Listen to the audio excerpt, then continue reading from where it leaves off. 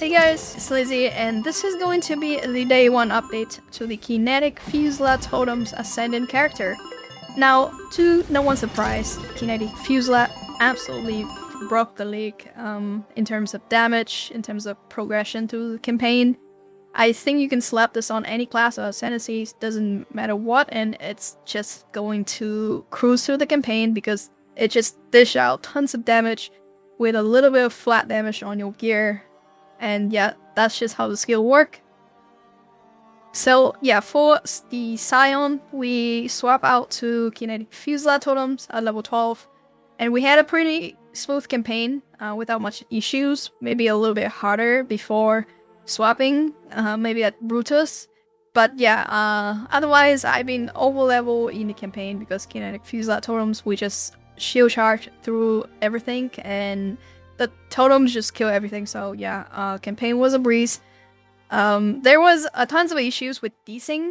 I'm not sure how it got so bad, but I was practicing like the day before the league and it was like fine.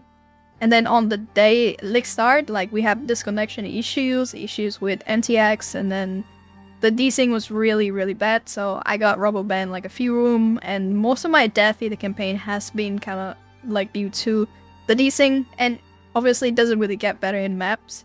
So yeah, I kind of end the day a bit early. Hopefully GGG will fix the server tomorrow so we can push a bit more on the character. As you can see, we are doing a Blight strategy, low investment Blight, a Blighted map here, and the Mirage also copied the Blight, so we get to run 2 Blight. Blight itself drops tons of bubblegum currency, also decent currency and some tink as well, so we got a few divine out of the Blight strats. And I haven't bought really anything expensive because I'm still thinking on the direction I want to go with this character. Like right now you can see the character itself is not tanky, but we do tons and tons of damage. And the thing with Totem playstyle is you can brute force through content if you're playing softcore, if you have tons of damage. We have 6 portal defense, so there's not really a lot of reason for me to go for tanky on the build like this, especially on League Start where you're looking for speed and damage to farm. Unless there's like a specific farm that requires your character to be tanky, but yeah, like you see right now, Blight, all you want is damage.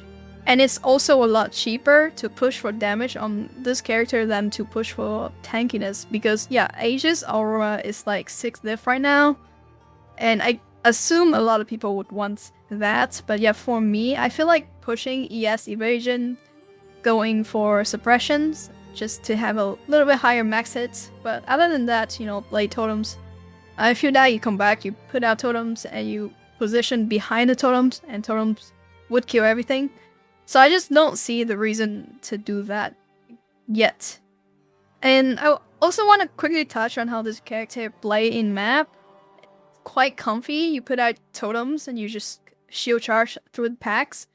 You want to use Frenzy once in a while to keep up your Frenzy and power charge.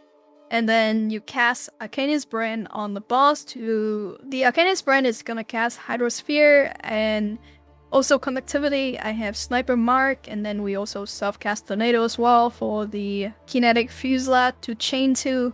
It is a bit heavy on the buttons, but yeah, it is. If you want to optimize the damage, it is what you need to do right now. But yeah, let's get into the day 1 character update.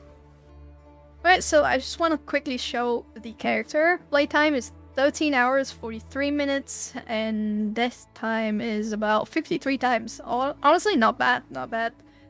The death is due to desync. It was really bad, especially during map. And then we have some really terrible layouts.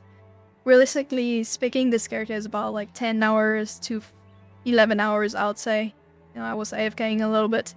But yeah, this is the current gear. Day 1, I usually don't really go for Warncraft, especially if I can use Moon Sorrow for the non-crit setups. Going into Piscator Virgil, this one have everything you want. Yeah, you have attack speed, crits, accuracy rating, and then I swap a little thing compared to the PoE, so I'm running Steel Skin with automations, and that is pretty much it. I follow the PoE to the T. I will link 2 PoE in the description of the video. One for the one where I just reached yellow map, where we are still using the non-crit setups, using like pretty much all picked up gear. And then this one is when we reach red map, where I'm going for a better warp timepiece. I think I bought this one for around 25C, and I was using a cheap one for like 10C earlier. The most reduced skill effect duration you have in the build, the more damage you have, which is also why it's really important that you picked, like if you picked up any this gem cutter, you want to spend it on less duration support. So you can see I'm at 19% quality. So every 2% you hit another breakpoint, like 1%, and then we'll get this one to level 20. And then each 1% will give you like a bit more damage because you can fit in more projectiles and attack speed.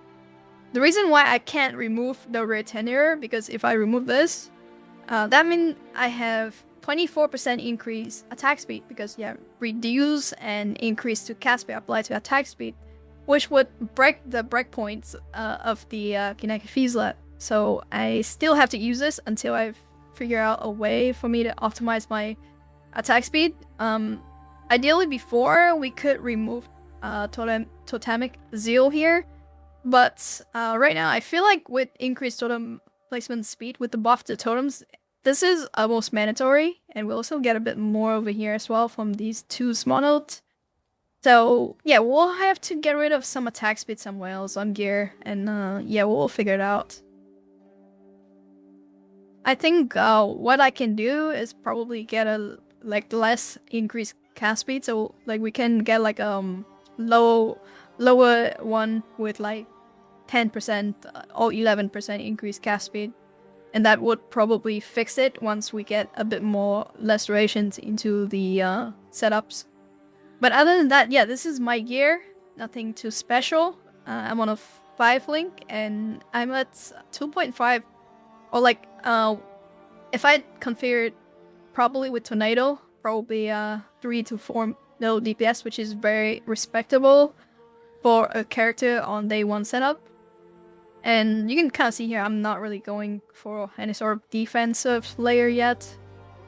Character dies, not going to be a problem. I'm playing softcore anyway, and if I do a lot of DPS, I'll again brute force the content. Now for day 2, what I'm looking for is, this is something I did for Freesia League. If you follow the Power Siphon Totem, you would kind of remember. But Expedition N is one of the body armors where I can probably try to test out, see if it works on Kinetic Fusillade, because at some point, going from like 8k Fizz Max it to 10k is probably not going to help me getting one shot. But what can help is chill the enemy or freeze the enemy, because yeah, if you don't get hits, if you like CC the enemy, it feels really good. And that's what I kind of did back in Freesia League, where I went for Acrobatics and Expedition N, and that itself combined with the obviously broken blind stuff from yeah the Ascendant. But yeah, otherwise we'll test some stuff out tomorrow. I'll still be pushing for even more damage on the bill, maybe go for 6 link before I even like do all the expeditions and shenanigans. But gear is very simple. I'll provide 2 POB, one for yellow map, one for red map, so if you have any question, please let me know.